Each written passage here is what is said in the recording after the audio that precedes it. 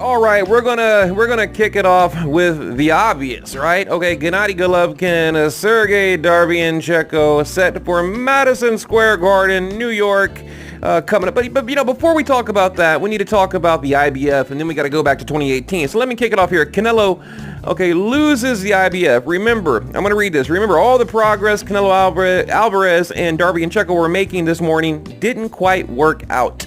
Okay, the two sides failed to come to an agreement by the extended 3 p.m. time deadline, and the IBF has officially stripped Canelo of his middleweight title. Okay, and we know, blah, blah, blah, right? Canelo loses the IBF, okay? And I was kind of shocked by that news, to be honest. So let's go back right here. I'm going to read this article, 2018, just a quick little sentence. Gennady Golovkin, okay, basically the IBF strips Gennady Golovkin after not agreeing to mandatory title defense. Unified middleweight champion Gennady Golovkin's quest to capture all 4 recognized titles at 160 pounds just took a backwards step. Okay, and of course this is an old article. Golovkin, 38-0-1, 34 knockouts, WBA, WBC champion, was stripped of the IBF title on Wednesday for failing to adhere to the stipulations of the exception he was granted by the sanctioning body before his May 5th bout with Alvarez Marty Rosens. Okay, so why is this important? Okay, because basically Golovkin loses the belt. Okay, and then let's see, how did that go? Golovkin, okay, they take it from Gennady Golovkin, and then what's his name? Daniel Jacobs. He fights Sergey Derevyanchenko, I believe, for the vacant title. That yeah, something like that. And then yeah, Canelo beats Jacobs. He gets the title, and then he gets taken away from him. And now it comes like full circle back to Gennady Golovkin and Sergey Derevyanchenko. And of course, Sergey getting his second shot at the title, which I think is highly unusual. I don't understand why he's so high in the rankings. I understand he's got a victory and all that. I get it. But, you know, his second crack at the IBF in a very short time. But anyway, we're here, okay? At least we made it somewhere. Now, I have just a couple of quick questions. Question number 1, okay? Question numero uno. First of all, we know we're not getting the trilogy. But, you know, you have a professional team around you. How could Canelo lose that belt, unknowingly lose the IBF? I think Canelo lost that IBF in order to duck Gennady Golovkin. It's the only thing that makes any kind of sense to me. I can't think of another rational reason. You know, he claims, oh, I didn't know I was at risk of losing it, and you know, I'm really, you know, disappointed in my team and Golden Boy and the matchmaker and blah blah blah blah blah. Right? I don't believe it. I don't buy it for one like fraction of a second. Okay.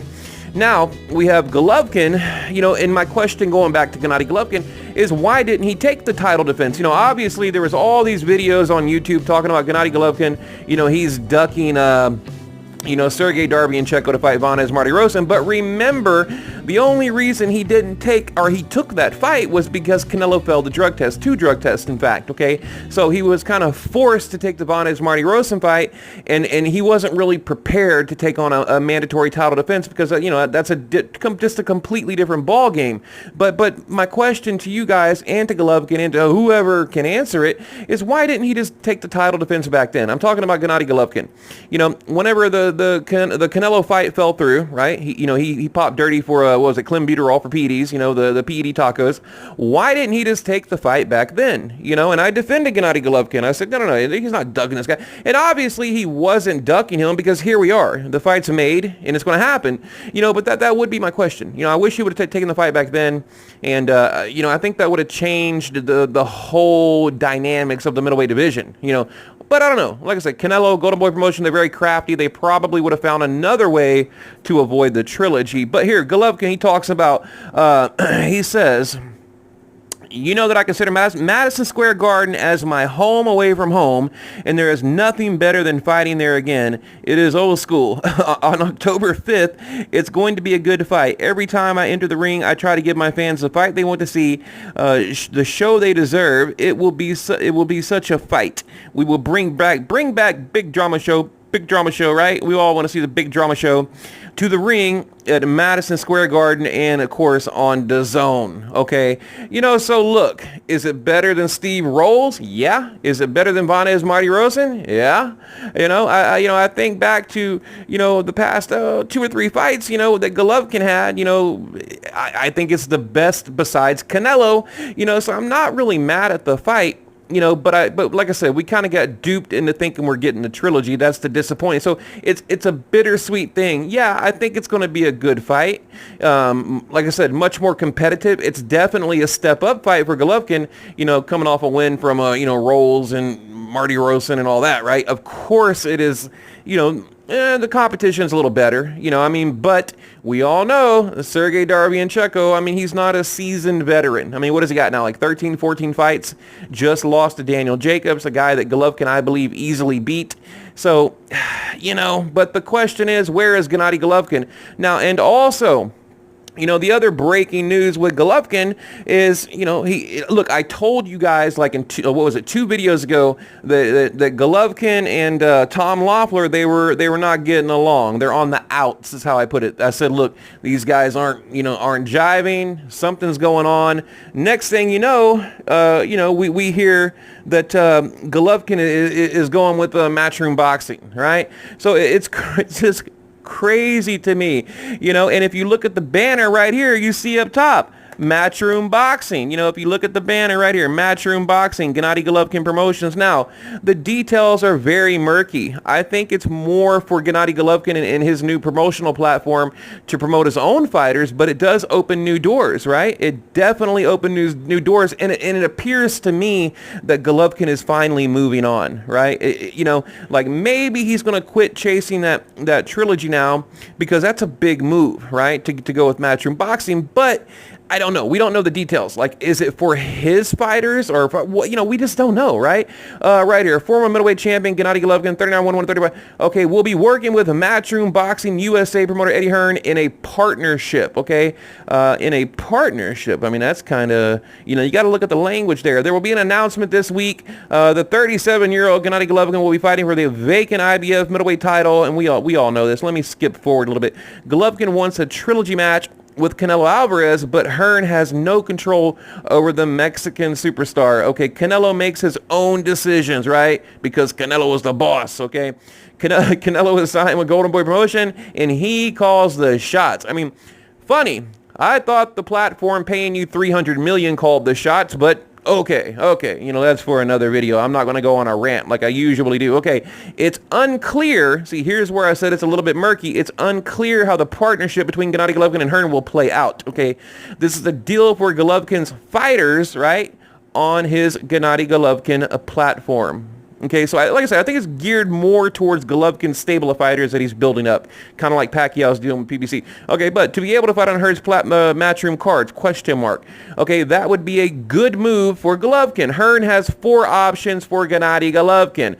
Okay, which here we go. And this is what we're talking about. By the way, shout out Steve Kim. As of right now, not counting ShowBox cards, Showtime doesn't have a single boxing event scheduled on their upcoming calendar. I wanted to throw that in there. I mean, that's kind of, you know, I want to make a video talking about that. But anyway, I'm getting off subject. Okay, like I said, Eddie Hearn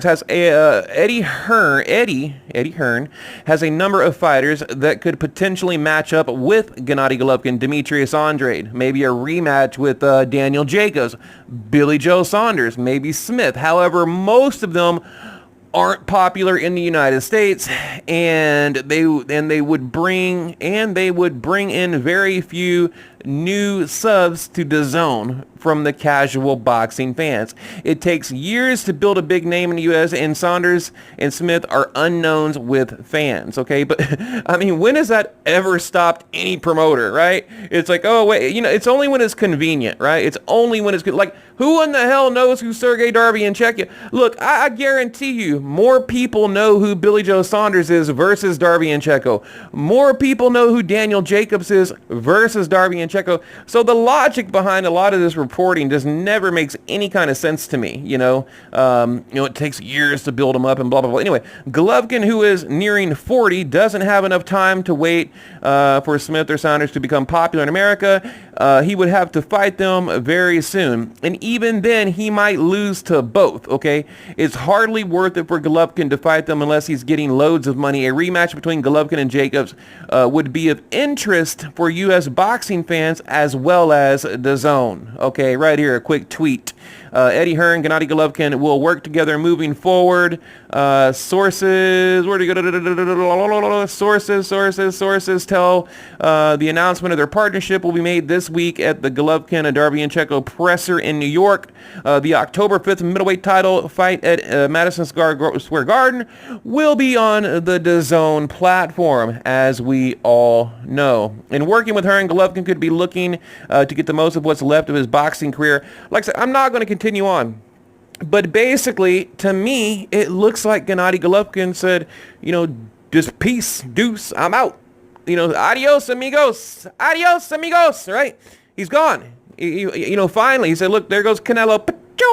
Canelo's gone. So, I get, it's kind of a weight off my shoulders, to be completely honest, because, I mean, that shit is very fucking stressful.